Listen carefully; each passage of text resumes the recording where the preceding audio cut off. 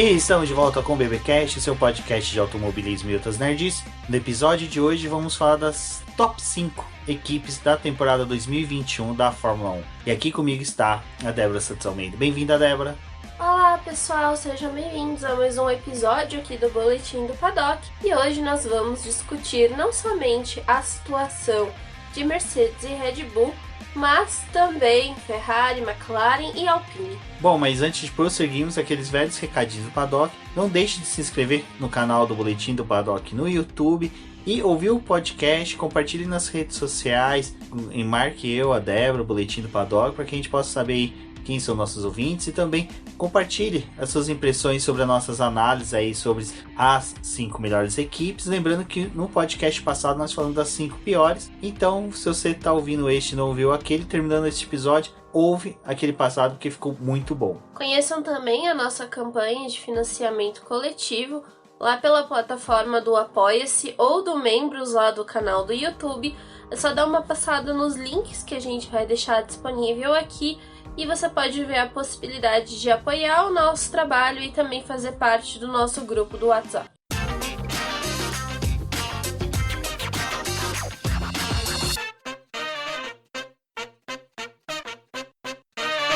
Bom, Débora, como no episódio passado, né, vamos falar do nosso top 5, dessa vez falando das 5 melhores equipes, começando pela francesa Alpine Renault, que, né, no começo da temporada ali a gente ficava numa incógnita se ia ser algo interessante, se ela só seria um período de transição, aguardando aí um novo carro, já que ela veio com uma beluga de carro, né, um carro muito bonito de pintura, mas na presença aí de Fernando Alonso e Esteban Ocon. Bom, a pré-temporada, acho que para quem acompanhou um pouco, viu alguns vídeos ou até mesmo leu os nossos textos, viu algumas imagens da Alpine ali no começo, era um carro bem diferente dos demais que estavam no grid, porque eles justamente alargaram aquela parte ali do Santo Antônio, então foi uma coisa meio bizarra, porque a gente já estava acostumado com carros um pouco mais finos, né? E no final das contas ficou aquela incógnita de se isso ia ser um bom projeto para a Alpine ou não. E conforme foram avançando, né, as corridas, a Alpine teve um momento ali no começo da temporada que ela veio a público falar que eles tiveram um problema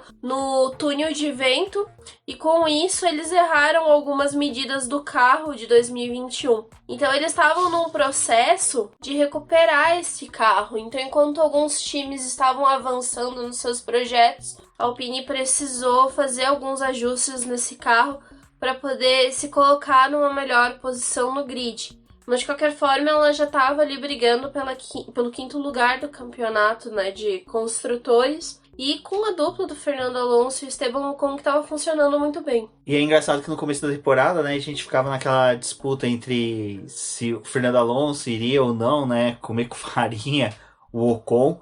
Durante o ano a gente viu até que os dois tendo momentos assim parecidos, mas uma hora superando o outro. Mas não foi algo tão diferente, lógico. Estamos falando de Fernando Alonso, que dispensa comentários. Mas eu acho que o ponto máximo foi a vitória mesmo do Ocon, que eu acho que foi uma vitória inesperada, mas mesmo assim foi algo bacana aí pro ano da equipe. Eu tinha falado lá no Punta Talks, no podcast que eu gravei com a Rafa, que ela me convidou, e também a gente falou em algumas lives ali no início do ano que a gente não acreditava que o Fernando Alonso ia pegar o Ocon pela mão, né, e ajudar ele. Porque a gente estava muito acostumado com um Alonso ali da época da Renault, que ganhou seus títulos, e também do momento ali que ele correu com a McLaren. E na verdade não, né? Ele morreu e foi substituído, obviamente, porque ele fez tudo o oposto que a gente imaginava. Ajudou o Ocon nessa vitória que o Ocon teve, ele foi o cara responsável por poder evitar que os outros pilotos chegassem nele, né, principalmente o Hamilton. Então a gente viu um companheirismo ali muito interessante. Parece que os dois pilotos funcionaram bem juntos, algo que a gente não imaginava, até pelo temperamento do Alonso, mas eu acho que foi até interessante a gente ver o trabalho que o Alonso fez esse ano, porque agora, né, em 2022, antes do início de uma nova temporada, a gente viu que o clima na Alpine estava bem quente no ano passado, né? Agora que a gente está tendo uma dimensão do que aconteceu, todas as trocas de pessoas que aconteceu internamente, o Laurent Rossi tentando tomar conta de todas as fases ali dos processos da Alpine, tendo conflitos com os chefes de equipe, porque nesse ano de 2021 a Alpine teve uma ação de chefes de equipe compartilhada, não tiveram uma figura que nem o Cyril Abiteboul. E aí, acho que no meio de todo esse caos, o Alonso, olha só, o Alonso foi a paz do time. Quem diria, não é mesmo? Exato.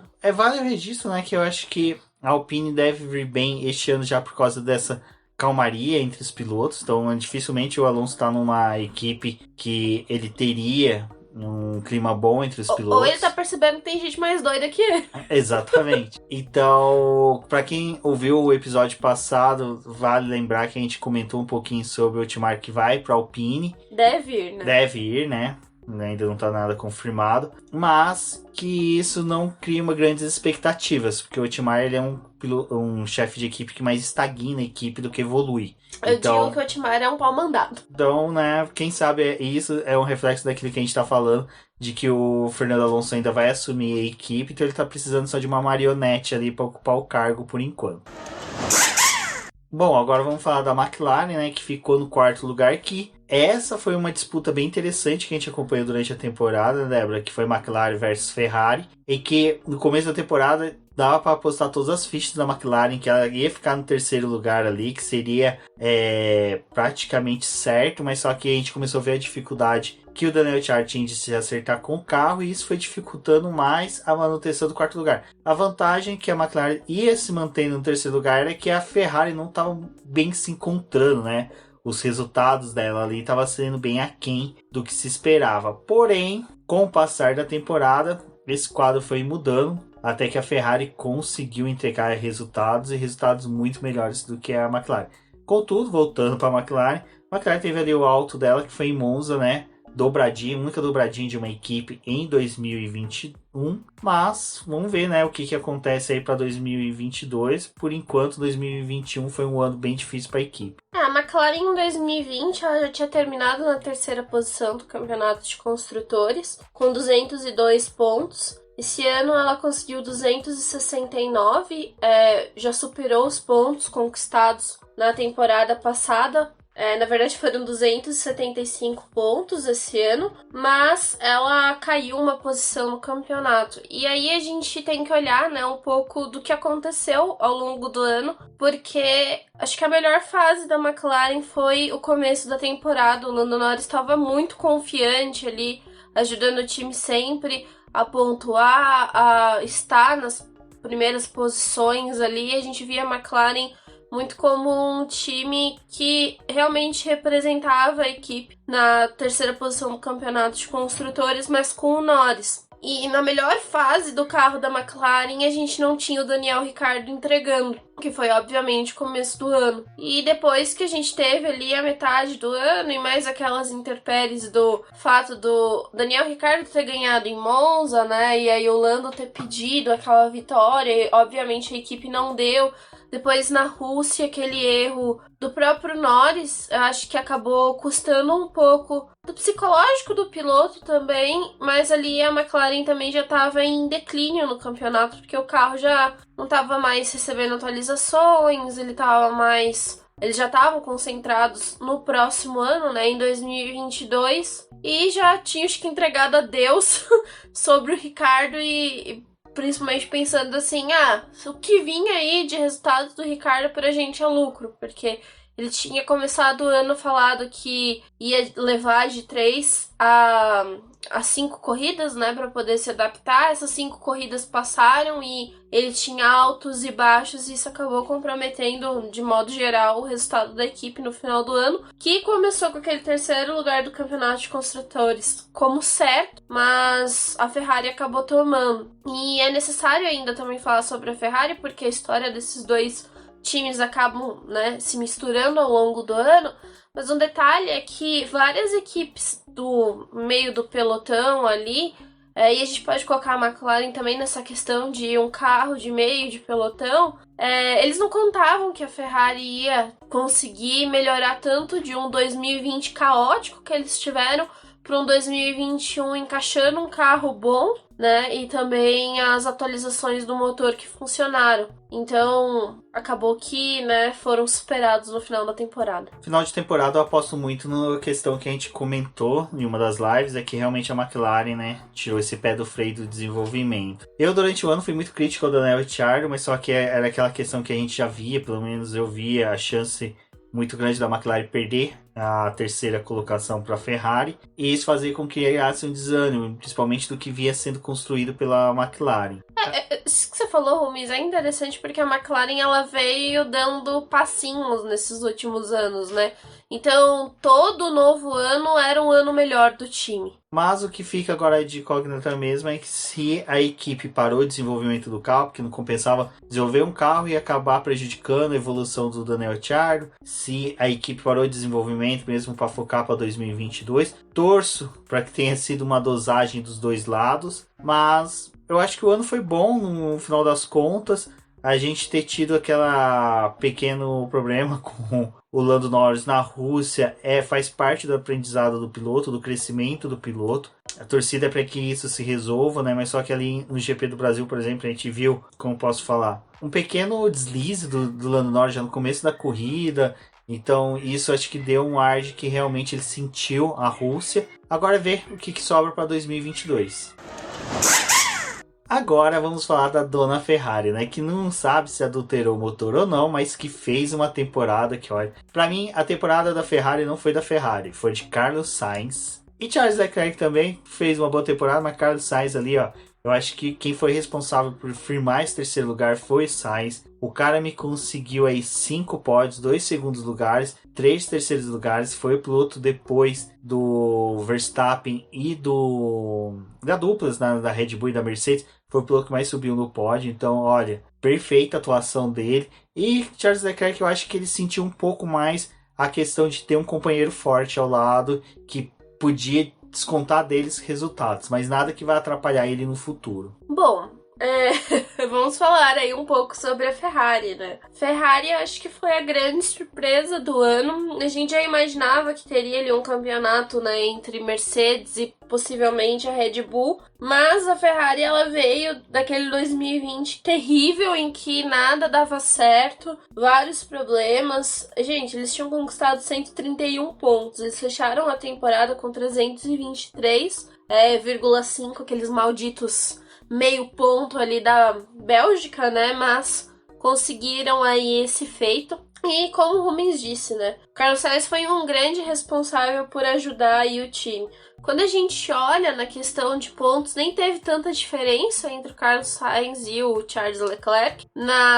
Quando você vê as disputas internas, o Leclerc foi melhor porque ele terminou algumas corridas à frente do Carlos Sainz, teve classificações melhores do que o do espanhol, mas como eu já falei outras vezes em podcast, também em live, o Sainz era aquele cara que a gente praticamente não viu corridas dele esse ano, porque obviamente a transmissão ignora completamente a existência do Carlos Sainz, e quando a gente menos esperava ele tava ali no pódio, tipo, tava conquistando pontos, ajudando a Ferrari, e o Leclerc em meio todo a esse caos aí acabava se prejudicando. Aquela corrida ali em Mônaco foi uma fatalidade dele fazer uma grande classificação no sábado e, né, a batida acabou comprometendo o domingo dele, mas eu acho que em questão de dupla funcionou muito bem, porque quando o Charles Leclerc faltava, o Carlos Sainz estava ali para poder ajudar a Ferrari em pontos.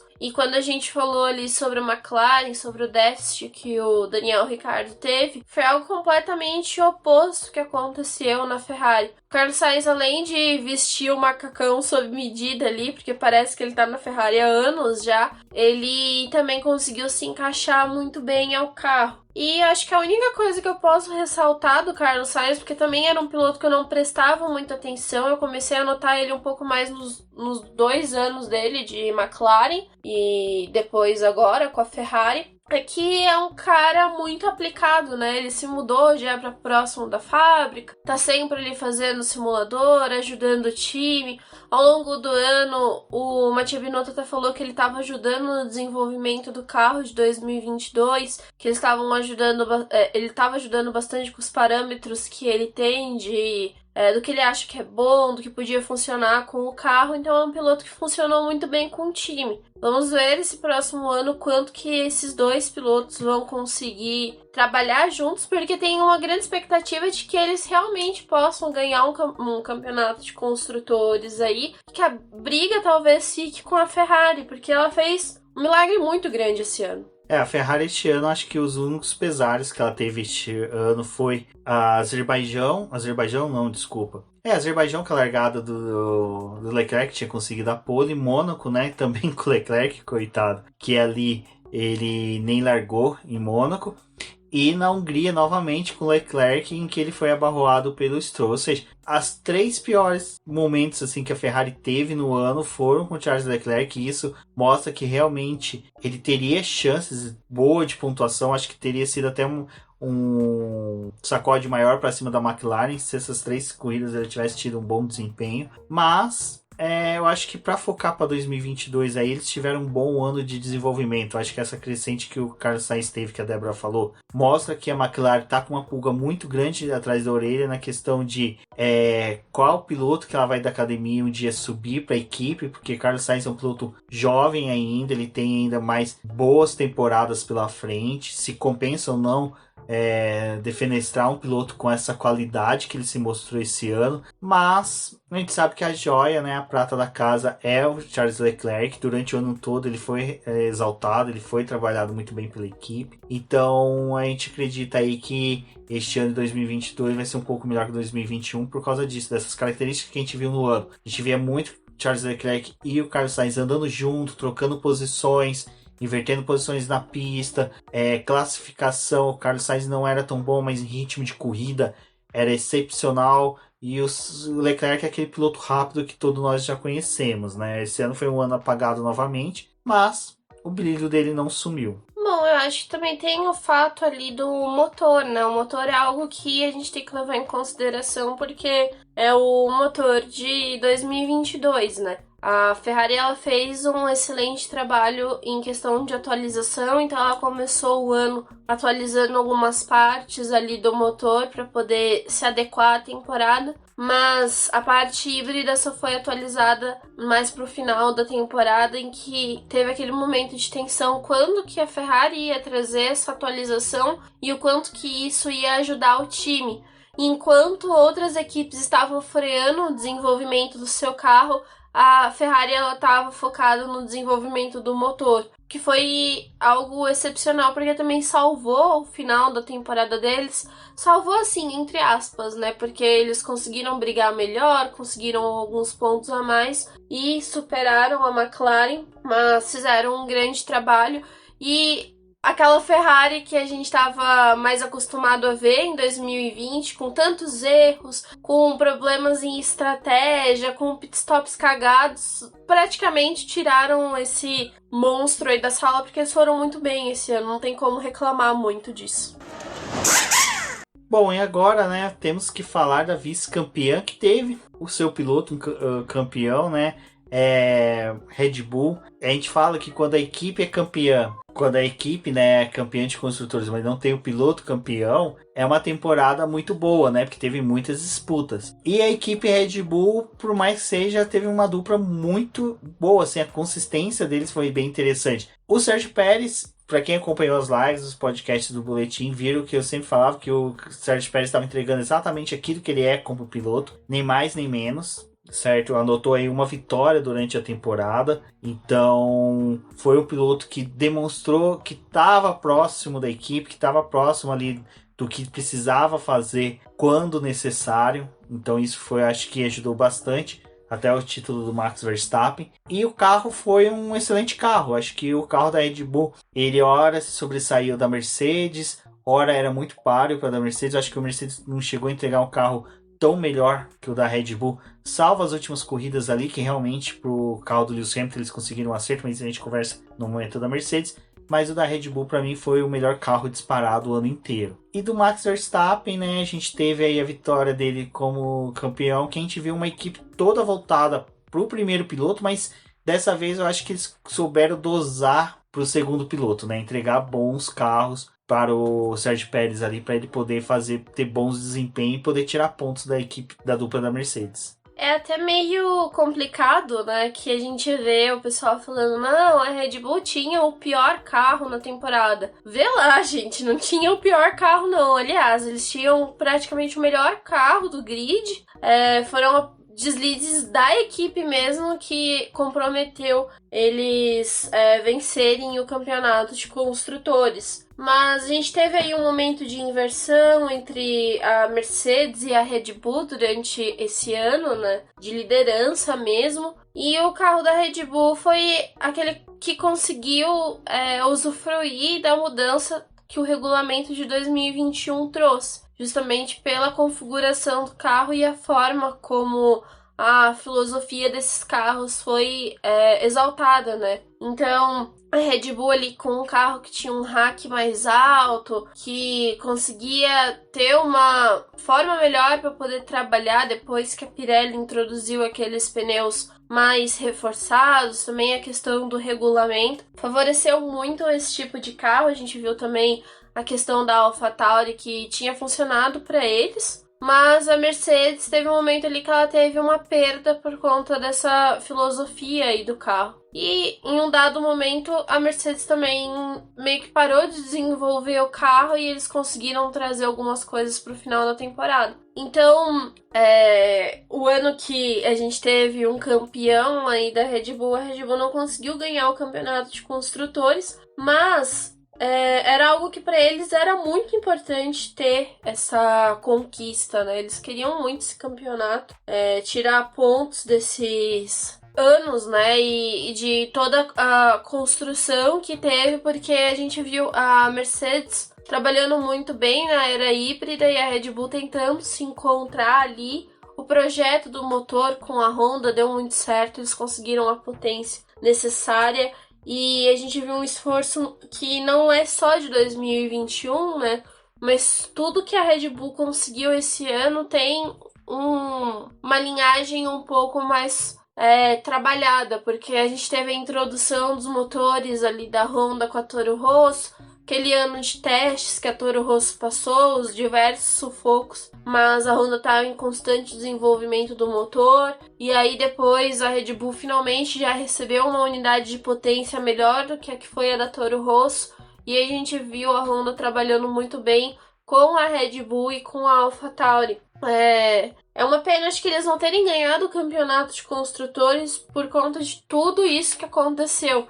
Mas também é brilhante a gente ver que a Mercedes conseguiu superar eles, encontrando algo a mais para poder bater esse time que foi muito bem esse ano. E só mais uma coisa, Rumins, em 2020 também a gente teve alguns abandonos bestas da Red Bull, assim, não, bestas que eu digo, tipo, ainda tivemos falhas do carro, tivemos problemas com o motor, e aí esse ano tinha aquela tensão, tipo, eles vão perder corrida por conta do motor, o que vai acontecer? A gente teve uma troca a mais de motor que resultou em punição ali para Red Bull, mas eles conseguiram trabalhar muito bem, e a Mercedes, que tinha problemas a mais com a unidade de potência, também teve que ficar ligado no que a Red Bull estava fazendo. Eu acho que o temor das duas equipes ajudou uma a outra. Nenhuma quis, forçar muito o motor comparado com a outra, então por isso que a gente não teve tantas quebras. Interessante da Red Bull também é que foi um ano de muitas polêmicas vindo dos boxes dela, né? Falas do Helmut Marko, falas do Christian Horner.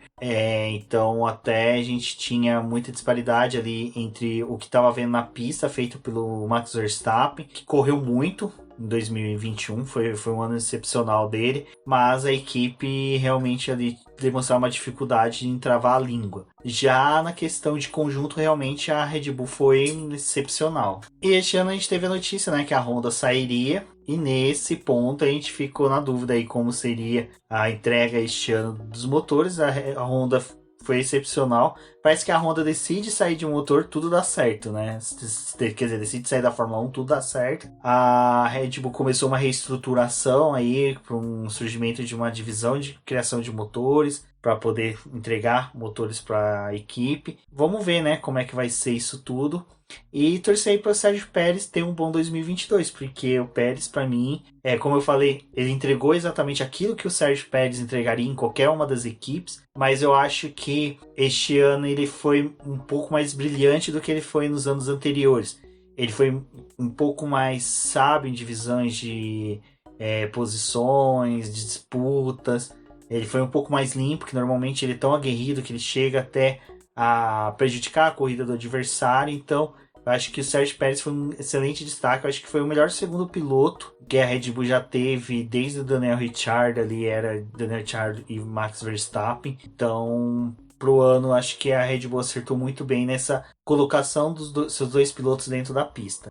O Pérez, ele funcionou também, né, com o time. Acho que é o mesmo caso do Carlos Sainz. Ele conseguiu chegar na equipe e casou com a forma como o time trabalha. Obviamente, a gente teve algumas classificações ali do Pérez que não foram tão boas. Ele mesmo sendo um piloto rápido, não conseguia andar tão próximo do Verstappen em alguns momentos. Mas, em contrapartida, era um piloto que a equipe conseguia trabalhar muito bem com estratégia. Eles conseguiam ver que ele tinha um jeito de gerenciar os pneus diferente dos do Max. Então, era mais fácil fazer trocas estratégicas ali com o Pérez e jogar ele mais pra frente. Mas também foi um piloto usado, como a gente já falou, né, em questão estratégica mesmo. Porque eles tinham que olhar onde o Bottas estava e tentar trabalhar dessa forma. O Bottas acabou tendo vários deslizes, enquanto a Red Bull tentava também trabalhar um pouco melhor ali com o Pérez. É difícil até a gente saber o que a Red Bull vai fazer, mas ele vai correr em 2022. E a base da Red Bull tá muito forte. Estão com vários pilotos ali sendo preparados na Fórmula 2.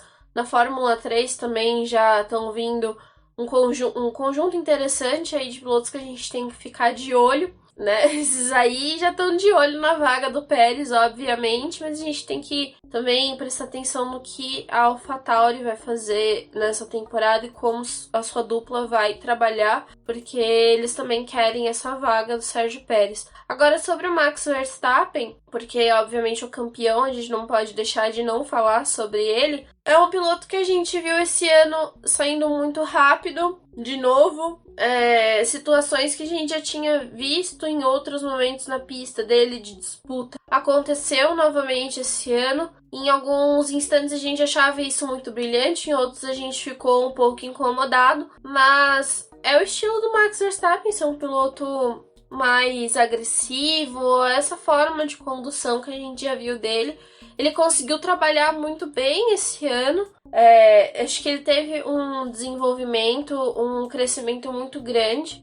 E no final da temporada, quem ganhasse realmente merecia, né? Tanto ele quanto o Lewis Hamilton trabalharam muito bem. Mas o Max, acho que ele teve o bônus de disputar com o Hamilton, um grande piloto, né, na Fórmula 1. E ter um adversário muito grande, que dificultou realmente essa conquista aí do campeonato. E acho que era esse o momento pro Verstappen ganhar. Não que talvez ele não ganhe outros títulos mais pra frente, mas a gente já falou aí, né, de um Carlos Sainz que tem chances de ganhar um título. Tem o Charles Leclerc, dependendo dos benefícios aí que a Ferrari vai proporcionar para esses dois pilotos. O próprio George Russell, que foi para Mercedes agora. Então a gente tem um conjunto que pode dificultar novas conquistas de título do Verstappen. E também acho que são outros pilotos que têm uma cabeça diferente da do Hamilton. O Hamilton, em vários momentos, ele tirou o pé ali na temporada para poder evitar batidas, porque o Verstappen tem muito disso, né? Tipo, você vai disputar comigo e vai ser você que vai tirar o pé, não vai ser eu. E eu não sei mais pra frente, dependendo de com quem que o Verstappen dispute a temporada, se ele realmente vai ter esse sossego aí de não ser ele que vai ter que tirar o pé em alguns momentos, porque tem outros competidores aí também que a gente vê que analisando a temporada de 2021, já disseram que em uma disputa com o Verstappen, eles não vão tirar o pé. Isso é um legado que o Verstappen criou, né? E isso até a gente comentou no podcasts passados, que até após o GP do Brasil, pós Abu Dhabi, pós Jeddah, que é um perfil que o Max Verstappen já criou, né? De ser um piloto aguerrido, de ser um piloto de disputa muito forte de posição, fazendo com que os outros pilotos antes, né, pensava em frear para não ter uma disputa direta com ele. Agora, ele já criou o perfil de que, olha, podem disputar à vontade, que não vai ter punição, mas isso é muito mais uma coisa que a FIA gerou. A gente sabe que está tendo toda uma discussão em decorrência do que aconteceu em Abu Dhabi, então a gente não sabe como os diretores de prova vão vir para 2022, qual que vai ser a diretriz que eles devem seguir, mas é algo que é interessante, é uma coisa que muda o status quo da Fórmula 1, né? A gente tem que ver aí que a Fórmula 1 vinha sofrendo críticas de que não tinha emoção, não podemos faltar que a emoção não faltou em 2021, boas ou ruins, tivemos muita emoção na temporada. FIA tá aí nesse embate nesse final de semana que a gente tá gravando o podcast. Eles fizeram um anúncio anunciando nada. Falando que ainda estão em investigação, que não decidiram nada com relação a Abu Dhabi, que ainda está sendo conversado. Vamos ver aí o que acontece, mas foi um ano caótico em questão de decisões, porque a gente tinha algumas coisas muito claras no regulamento, outras nem tanto. E essas brechas aí também foram ajudadas.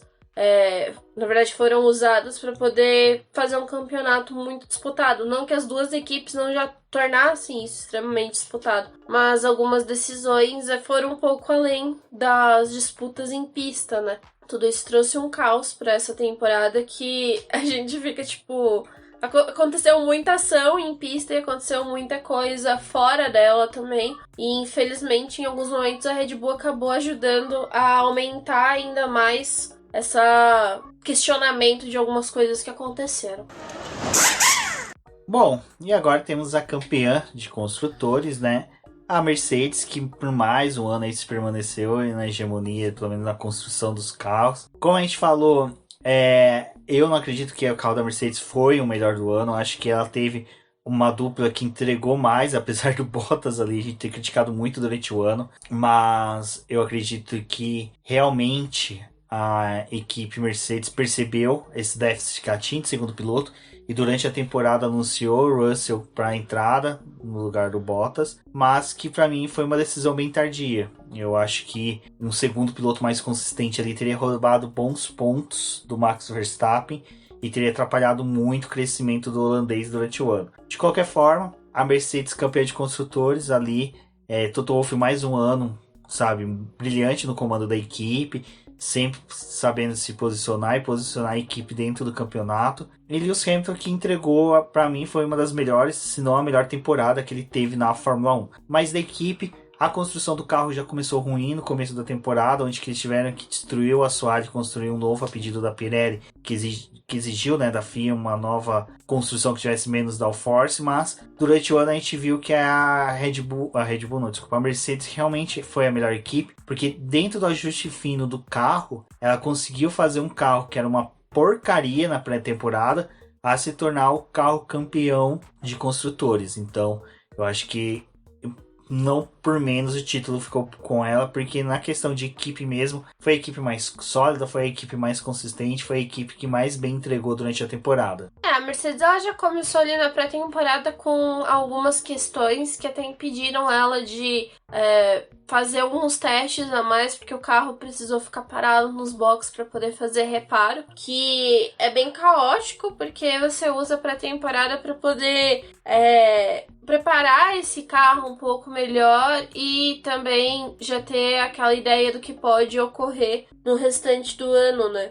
E eles tiveram esse início aí que foi bem problemático, depois o Hamilton mesmo, que é um piloto que não vai para simulador, que não faz esses tipos de trabalhos, precisou ir para simulador para poder ajudar a Mercedes a encontrar ajustes que funcionassem para esse carro, porque eles não estavam conseguindo se encontrar. E a gente teve o Bottas, que também falhou inúmeras vezes esse ano, que não era para ele estar andando nas posições que ele andava em algumas corridas. Ele ficava muito preso ali no meio do pelotão, e diferente do que aconteceu com o Pérez, né, em que não fazia boas classificações, mas o time conseguia jogar com ele em estratégia. Bottas não, ele, do jeito que ele largava, muitas vezes ele ficava ou ele até recuava no grid, e isso dificultou um pouco os trabalhos da Mercedes, fora as batidas que ele teve esse ano, que foram emblemáticas, né? Quando o Bottas bateu, a gente consegue lembrar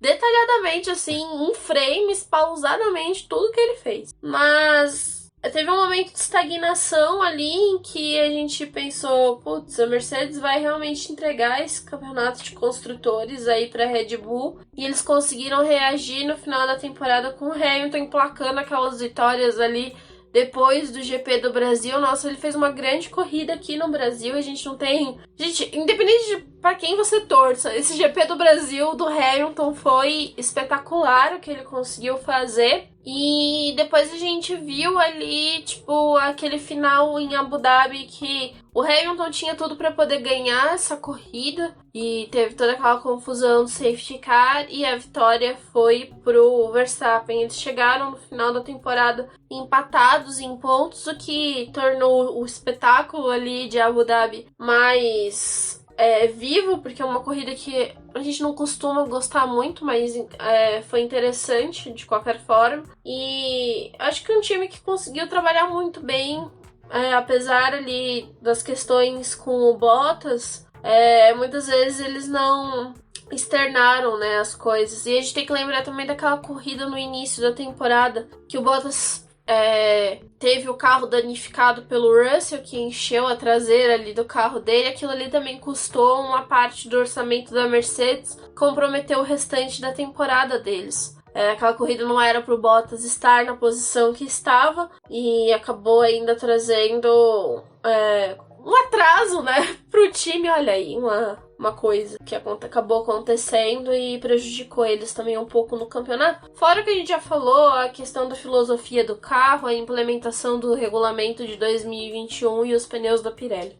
Bom, da Mercedes eu acho que dá pra fechar aí que ela se acertou durante o ano. Eu acho que depois ali da Emília-Romagna, eu acho que até o próprio Valtteri Bottas deu uma repaginada no que ele queria pro ano, mas não foi tão grande assim, porque depois ele volta a errar, né, na Hungria. Então, esses altos e baixos aí do Bottas, eu acho que foi o que custou o título. Não tô culpando o Bottas pelo título do Hamilton, mas eu acho que o Bottas, ele realmente faltou muito durante o ano. Eu acho que foi muita inconsistência dele. Mas é a mesma coisa que eu falei do Pérez. É isso que o Bottas é. O Bottas não tem como a gente exigir mais do que dele. Vale lembrar que agora, 2022, eu acho que a Mercedes apresenta a melhor dupla de pilotos da temporada. Eu acho que ela vai rivalizar bem em questão de duplas com a Ferrari, desculpa.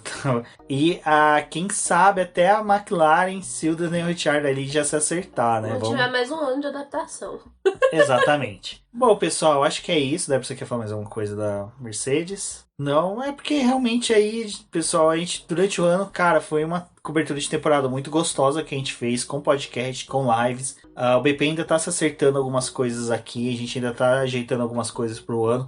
A gente tá realmente queimando cartucho de janeiro com lives e podcasts, sim, sendo adiadas, porque realmente a gente está fazendo algumas alterações, mas nada que vai prejudicar durante o ano. Temporada forte que realmente começa agora já em fevereiro, com cobertura aí de lançamento dos carros. Então acompanha a gente que a gente vai ter aquelas 2 semanas de 10 dias seguidos de lives, onde a gente vai falar das nossas previsões para o ano. Então acompanhe que vai ser bem legal. E se você viu esse podcast, ouviu o podcast passado, diga pra gente o que você achou aí das equipes, como foi a visão de vocês, se vocês concordam ou não do que a gente falou neste episódio. Bom, pessoal, obrigada por escutarem o programa até aqui. Fiquem de olho nas nossas redes sociais e também para poder acompanhar os próximos materiais que vamos trazer para vocês, novos podcasts e também comentando sobre as outras categorias aí com vocês. Afinal, o campeonato da Fórmula E começou nesse final de semana. As coisas já estão bem agitadas e a dona Fia, que adora dar uma causada na Fórmula 1, já causou na Fórmula E também. E foi só o começo. Exatamente, pessoal. Então, agradeço a todos, um forte abraço e até o próximo. Até uma próxima.